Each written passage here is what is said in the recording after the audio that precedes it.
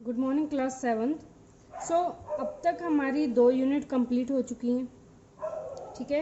So now we are further moving to our unit number 3 which is clothes material and heat, ठीक है। तो heat flow and in this unit the first chapter is natural and made fibre. So, can you know about?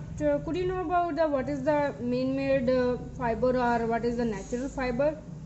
Of course, I know that you have a short type of knowledge about it.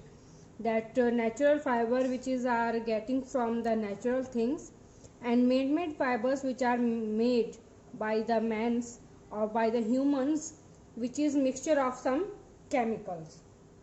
So natural fibre कौन कौन से होते हैं? Natural fibres are cotton, jute, silk, wool. ये क्या है? Natural है।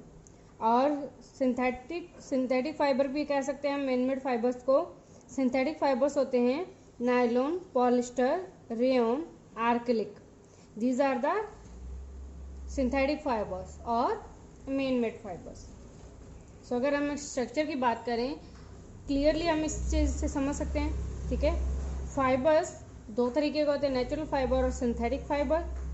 Natural fibre कहाँ से मिलते हैं? प्लांट्स और एनिमल्स से। और सिंथेटिक फाइबर तो केमिकल मिक्सचर से बनाए जाते हैं, ठीक है। तो प्लांट्स से कौन कौन से मिलते हैं? कॉटन और जूट, और एनिमल से wool and silk. So some type of fibre we are knowing about that animal fibre. Animal fibre वो होते हैं that is the hair of the animals, ठीक है। Hair on the body of the most animal is keratin, a tough protein material. बहुत ही tough protein material होता है that is the found on the hairs of the animals, ठीक है। Like as the hair, wool, feather, claws, nails, hoofs and horns किसके बने होते हैं? केराटिन के।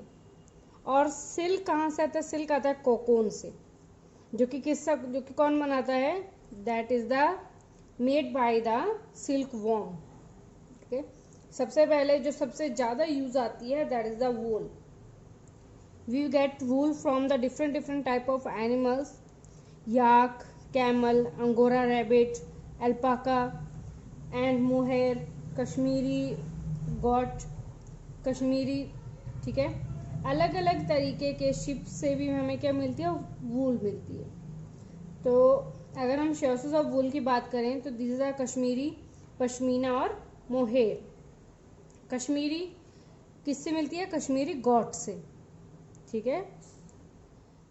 This because the hair of that goat are very soft and knitting we can knit the fine garment, यानी बहुत ही अच्छे ऊनी कपड़े उससे बनाए जा सकते हैं। किससे? कश्मीरी गॉट की वूल से। नेक्स्ट है पश्मीना। पश्मीना बहुत ही सॉफ्ट और सिल्की वूल होती है। कहाँ से आती है? ये उस गॉट से मिलती है, उस बकरी से मिलती है जो कि कहाँ रहती है? कोल्ड रीजन यानी ठंडी जगह पर। Next is mohair. Mohair spun किससे मिलती है हमें? अंगोरा गॉट से। और इस वूल का वेट भी बहुत ज़्यादा हाई होता है। अंगोरा वूल। अंगोरा वूल कहाँ से मिलती है? Angora wool we can get from the angora rabbit. Yes, angora rabbit. It is soft, fluffy and very warm fibre. It's may be you have to know about that it's costly wool, ठीक है। Lamb wool, it's come from the baby sheep. जो baby sheeps होती है, because उनकी जो hairs होते हैं, उनकी जो बाल्स होते हैं, उनकी जो वूल होती है बहुत ही ज़्यादा एक्सट्रीमली सॉफ्ट होती है, बहुत ही ज़्यादा सॉफ्ट और लॉन्ग होती है।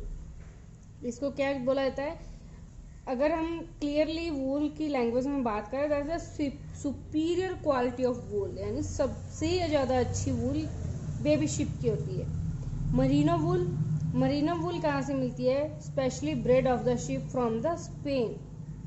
स्पेन की जो शिप्स हैं उनसे क्या मिलती है? Merino wool. But now it is seen in Australia, this ships are also seen in Australia. So we can say that the wool or merino wool we can get from the Spain or Australia. Rough wool क्या होती है, ये उन ship से मिलती है जो ships और कैमल और याक जो ओल्ड एज हो चुके होते हैं. इनकी वूल थोड़ी क्या होती है, धीरे धीरे रफ हो जाती है, बिकॉज इनमें कैरेटीन कम होना शुरू हो जाता है.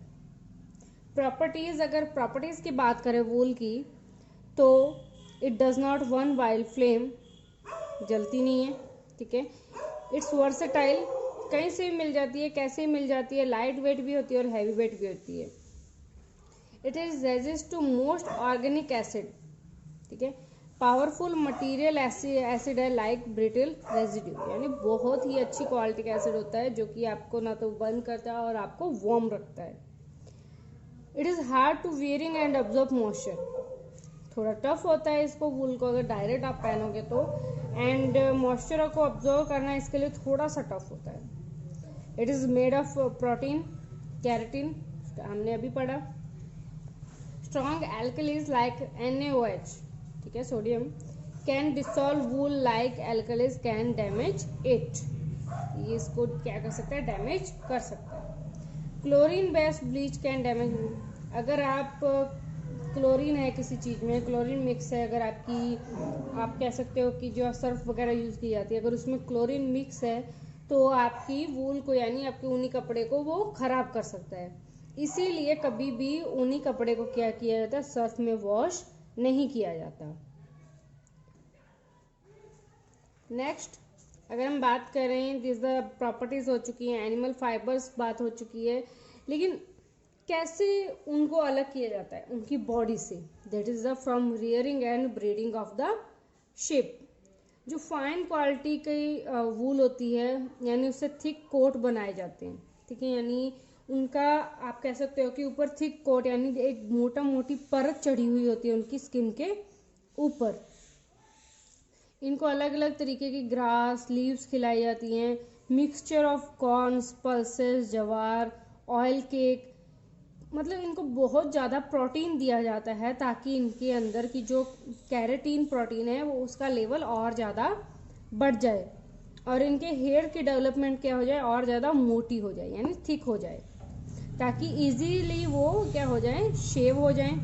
इनको अलग अलग बार बार शेव किया जाता है ताकि उनकी पूरी क्लियर स्किन निकाल दी जाती है. ठीक है. उनका जो पूरी वूल होती है, कई बार क्या होता है पूरी वूल नहीं निकाली जाती ताकि ग्रोथ ईजिली हो पाए, और कई बार वो ग्रोथ पूरी तरीके से अलग कर दी जाती है. Next is scouring. After shearing the fleece is washed.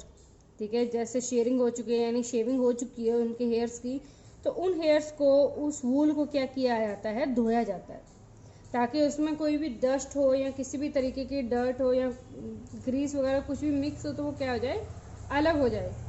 इसके लिए अलग अलग मशीनें यूज़ की जाती हैं, क्योंकि पहले इसको हैंड वॉश किया जाता था, लेकिन nowadays the machines are technology is getting better, so machines are use to scouring the flee.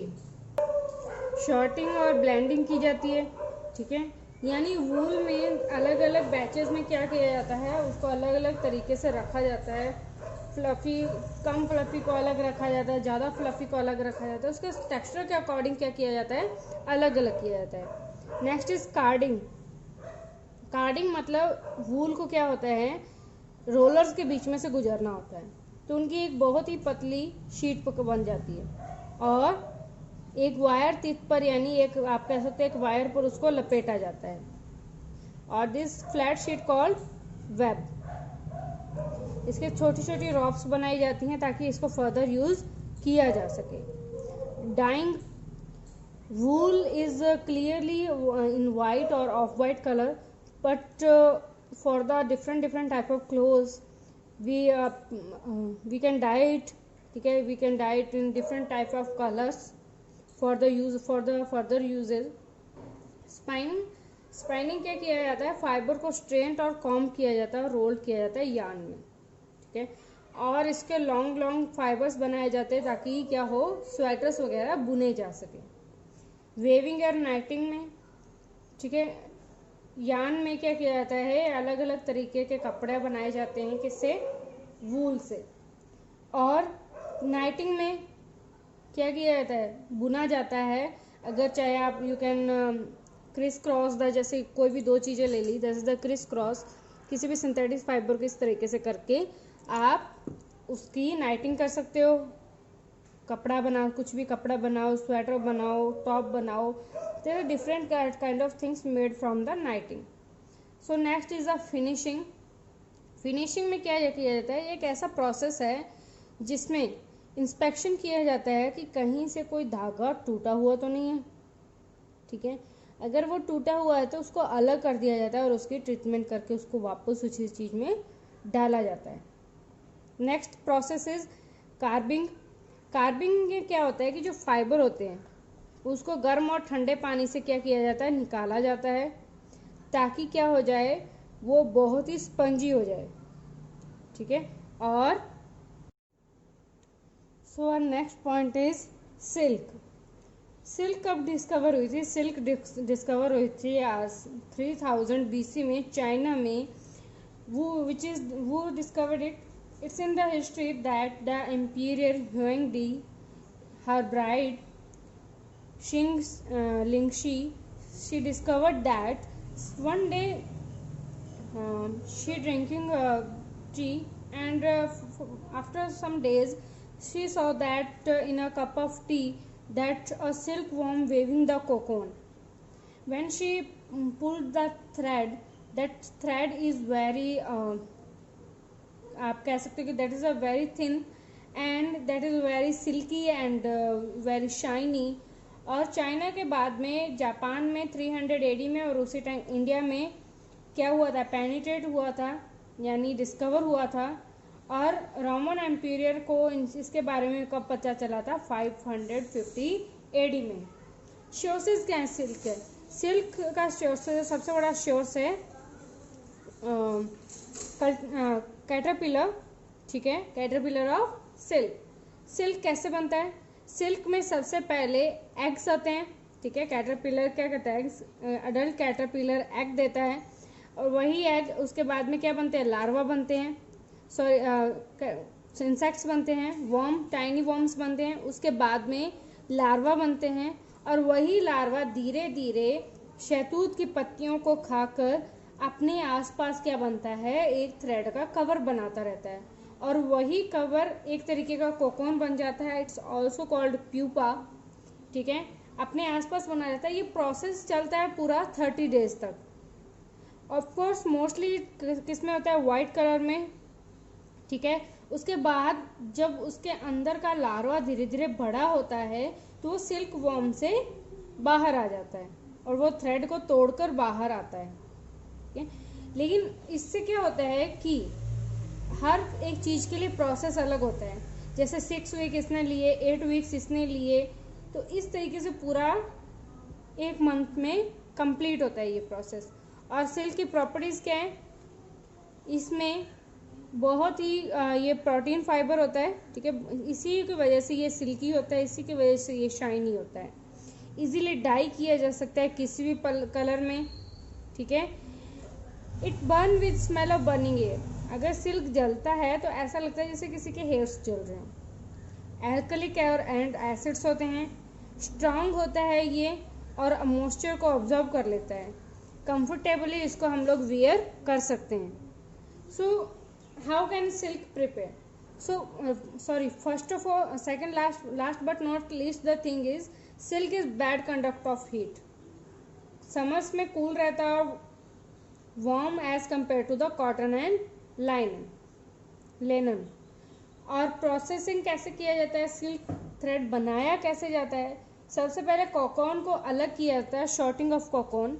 Cocoon को अलग किया जाता है उनके शेप, कलर, साइज और टेक्सचर के according, for the fine quality के लिए। उसके बाद उनको शॉर्ट करने के बाद में गर्म पानी में डालकर, ज़्यादा नहीं, ल्यूक वार्म वाटर में डालकर उसको क्या किया जाता है, कोकोन को सॉफ्ट किया जाता है, ताकि धीरे से उस थ्रेड को उस लार्वा से अलग किया जा सके। उसके बाद रीलिंग की जाती है। रीलिंग ऑफ द फिलामेंट यानी उस थ्रेड को, उस कोकोन कर धीरे धीरे थ्रेड को निकाल कर रील पर लपेटा जाता है। 3 to 10 फाइन फिलामेंट्स बनाए जाते हैं, यानी सेगमेंट्स बनाए जाते हैं। इसे क्या कहते हैं? That is called raw silk और रील्ड सिल्क। एक रील पर 300 to 600 मीटर थ्रेड यूज होता है। उसके बाद बेलिंग की जाती है। बेलिंग में क्या किया जाता है? सिल्क फिलामेंट जो कि रील होते हैं उनको पैक किया जाता है बंडल्स में यानी बॉक्सेस में। इट इज़ कॉल्ड बुक्स और इसका वेट होता है 2 to 4.5 kg। और जब इस बंडल को कंबाइनली वेट किया जाता है तो कितना वेट आता है? 60 kg। सो सिल्क भी अलग अलग तरीके के होते हैं, डिफरेंट टाइप्स ऑफ सिल्क होते हैं, उनकी कमर्शियल वैल्यूज़ अलग अलग होती है। मलबरी सिल्क बहुत ही ज़्यादा सॉफ्ट होता है, टेसर सिल्क, म्यूगा सिल्क और एरी सिल्क। क्लोथिंग बनाने के लिए, ड्रेस मटेरियल्स, कर्टन्स बनाने के लिए क्या यूज़ किया जाता है? सिल्क यूज़ किया जाता है। इसके अलावा हैंडीक्राफ्ट्स में like as parachute, bicycle tyres, comfort filling और आर्टिलरी गन्स पाउडर, बैग्स बनाने के लिए भी क्या बनाया यूज़ किया जाता है? सिल्क यूज़ किया जाता है। ठीक है। Next is man-made fiber. Man-made fiber is also called synthetic fiber which is made by humans and uses some chemicals in it. कौन कौन से होते हैं? नायलॉन, रेयॉन, पॉलिस्टर और आर्कलिक फाइबर। नायलॉन रिंकल फ्री होता है, मतलब उसमें सलवटें नहीं पड़ती हैं, लेकिन ये वाटर को ऑब्जॉर्ब नहीं कर पाता है। ठीक है। और बहुत ही थिन फाइबर होता है, पतला होता है। इलास्टिक टाइप्स का फाइबर होता है, बहुत ही स्ट्रॉन्ग फाइबर होता है। ठीक है। किसी भी सॉल्वेंट में यानी मिक्सचर में ये सॉल्युबल, मोस्टली कॉमन सॉल्युबल है ये। ठीक है। और इस पर किसी भी तरीके का इंसेक्ट का अटैक नहीं हो पाता, मतलब ये नायलॉन किसी भी इंसेक्ट के अटैक से खराब नहीं होता है। किस किस में यूज आता है? It is use for making fibres, ropes, fishing nets, parachute and other the things. Rayon में क्या होता है? रेयॉन एक सिल्की टेक्सचर है, इसको आर्टिफिशियल सिल्क भी कहा जाता है। Look alike as the silk. किससे बना होता है? वुड पल्प से। वुड पल्प में जो प्रेजेंट होता है सेलुलस, उससे बना हुआ होता है, इसीलिए ये बहुत ज़्यादा सिल्की होता है। ठीक है। पॉलिस्टर, टेरेलिन, डेक्रॉन और टेरेन, ये क्या है? पॉलिस्टर फाइबर्स हैं। मेड किससे बने होते हैं? पेट्रोलियम प्रोडक्ट से। काफ़ी ज़्यादा स्ट्रॉन्ग होता है और काफ़ी लंबे समय तक टिकता है, जल्दी से धुल जाता है और जल्दी से सूख भी जाता है। रिंकल्स नहीं पड़ते हैं इसमें कभी भी। ठीक है। रिंकल्स फ्री होता है। किस किस के लिए यूज़ होता है? बोट्स में, वाटर होसेस में। ठीक है। लाइक एज फायर फाइटिंग में, कन्वेरी बेल्ट्स में, साड़ीज़ में, ड्रेस मटेरियल्स में, कर्टन्स में। और टेरिकोट, जब टेरलिन विद कॉटन को, टेरलिन को कॉटन के साथ मिक्स किया जाता है तो वो टेरिकोट बनता है। ठीक है। और टेरिकोट यूजुअली आप कह सकते हो कि ड्रेस मटेरियल्स में यूज आता है। Next is acrylic fibre. Acrylic fibre similar होता है, वूल की तरह ही होता है और इससे स्वेटर्स वगैरह, ब्लैंकेट्स वगैरह और कार्पेट्स वगैरह बनाए जाते हैं। So this was your ending your chapter and these are your question and answers. ठीक है। Which of the following is filament fiber? Silk. Which country is largest product of silk? It is China, because firstly discovered there the silk. Which is odd? Lamb, rabbit, sheep, goat or cow? This is cow, क्योंकि cow से ही हमें कोई भी किसी भी तरीके की वूल नहीं मिलती है। ठीक है। सिल्क, वूल, कॉटन, रेयॉन, जूट, कॉटन, वूल, सिल्क, ये सब क्या है? Natural fibre. और रेयॉन सिंथेटिक फाइबर। इस तरीके से आपको बाकी के आंसर्स भी क्या हो जाएंगे? मिल जाएंगे। And all the silk is a bad conductor. ठीक है। So all the questions answer will be provided to you and in the next chapter we will going to इसी यूनिट की नेक्स्ट पॉइंट टेम्परेचर और heat के बारे में पढ़ेंगे। But the answers of these questions will be provided to you and जो question आपको नहीं करना होगा उसके आगे क्रॉस लगा दिया जाएगा. So you clearly know about कि this is the not the important question for the further things.